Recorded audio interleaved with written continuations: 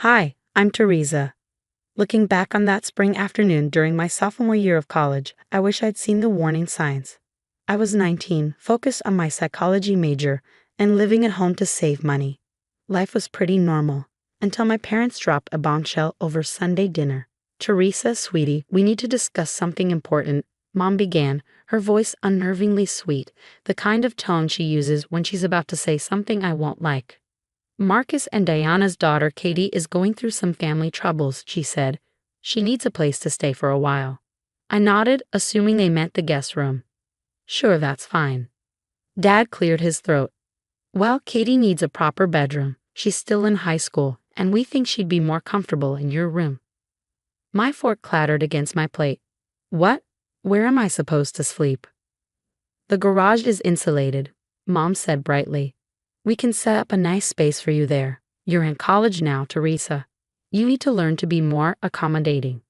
That night, I called my best friend Ashley and my cousin Emma on a three-way call. They're making me move to the garage for some kid I've never even met. That's messed up, Ashley said. Your parents are seriously choosing their friend's kid over you. Emma chimed in. I get that Katie's parents are their friends, but still the garage? That's just wrong. The next day, Katie arrived. She looked like the Disney Channel version of a troubled teen, perfectly styled hair, expensive clothes, and a practiced sad smile. My parents hovered around her like she was made of glass. Teresa, help Katie settle in, Mom ordered as I watched them haul my things to the garage. Your room is so cute, Katie gushed, running her fingers over my corkboard of photos. Oh, but these pictures are kind of childish. Mind if I take them down? Before I could respond, she was already pulling at my memories, accidentally tearing my favorite photo of Ashley and Emma. Oops. Sorry. She didn't sound sorry. Good thing you're moving to the garage, she added with a smirk. Now I can make this room more mature. That night, lying on a makeshift bed between boxes of Christmas decorations and Dad's old golf clubs, my phone buzzed. It was a text from Ashley. Something's not right about Katie. She's giving me bad vibes. Seconds later, Emma replied, Did some digging. Katie's family troubles might not be what they seem. Want me to investigate? I stared at my phone, remembering Katie's smirk as she tore my photo. Yes, I typed back, find everything you can. 2 weeks into my exile, I caught Katie in the kitchen talking to Mom. I'm just so worried about Teresa, she said softly, her voice trembling with fake concern. She seems so angry lately. Yesterday, she practically slammed the door when I tried to talk to her. I hadn't slammed any doors. I've been avoiding her entirely. Mom nodded sympathetically. It's just really hard, Katie continued, dabbing at non-existent tears. I thought we could be like sisters, but she keeps giving me these hostile looks. Maybe this was a mistake. I could try finding somewhere else. No, sweetie, Mom rushed to assure her. Teresa just needs to adjust her attitude. I'll talk to her. That talk turned into a lecture about being more welcoming and less selfish. When I tried to explain Katie's behavior, Mom shut me down. She's been through so much with her family situation. But Emma's investigation told a different story. Teresa, Katie's lying, Emma told me during a secret coffee shop meeting. I talked to my friend who went to her old school. There's no family trouble, her parents are fine. She's pulled similar stunts at 2 other friends' houses. Ashley, who had been furiously documenting everything in her notebook, leaned forward. It's a pattern. Every time you're out, Katie had been slowly destroying my life under the guise of accidents. First, my laptop mysteriously fell off my desk. Then, my textbooks were ruined when a conveniently leaky water bottle drenched them. My remaining photos? They disappeared because the wind supposedly blew them away. The garage itself had become a nightmare. Random puddles appeared near my bed, and the heating malfunctioned on the coldest nights. We need more evidence, Emma said, showing us texts from Katie's old school friend. Look at this. Katie's done this before, manipulating parents into taking her in, pushing out their kids, and moving on when the truth starts to catch up with her. Ashley leaned forward, phone in hand. Watch this. She pressed play on a video she'd recorded in the garage. It showed Katie deliberately pouring water near my bed, then running to my parents to claim there was a leak that might damage their precious storage boxes. Dad's response, moving my bed to an even colder corner of the garage. I'm done being the bad guy in her story, I said, glaring through the kitchen window where Katie played the perfect houseguest, helping Mom with dinner. That evening, Katie came to the garage with her signature fake concern. Teresa, your mom wants you to join us for dinner. She's worried you're isolating yourself out here. She glanced at Ashley and Emma, her smile tightening. Oh, were you having a private meeting? I hope I'm not interrupting anything important. Her tone was sweet, but her eyes carried a warning. She knew we were on to her. Emma's detective work was paying off. We uncovered the truth about Katie's past through old friends and families who had hosted her before. Here's the Thompson family, Emma said, pointing to her laptop. Katie stayed with them, claiming her parents were divorcing. Then the Wilsons, she said their house had black mold. And the Camerons? She claimed her parents were temporarily relocating for work. But her parents never moved or divorced, I added, my anger simmering. Ashley played more recordings she'd secretly made. In one, Katie told my mom her family was dealing with financial troubles. In another, she mentioned a terminal illness. Each story contradicted the last. We have enough proof, Ashley said firmly. It's time to show your parents. The confrontation went as disastrously as I expected. I laid out everything, the families, the inconsistencies, the deliberate sabotage of my things. Mom and Dad sat in silence until Mom finally spoke. I can't believe you're so jealous that you'd make up these lies, she said, shaking her head. Katie warned us you might do this. Of course she did. I exploded. She's manipulating you. Dad stood up, angry. That's enough, Teresa. Katie's going through a difficult time, and instead of helping, you're inventing conspiracy theories. Right on cue, Katie appeared, tears already streaming down her face. I heard everything, she whispered.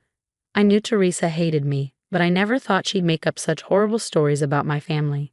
The next day, my psychology project, a presentation worth 40% of my grade, was corrupted on my laptop. Katie had been alone in the garage earlier, supposedly looking for cleaning supplies. Looks like your computer caught a virus, she said, her fake sympathy as sharp as a knife. Maybe keeping it in the garage wasn't such a good idea. All that dust and moisture. That was the last straw.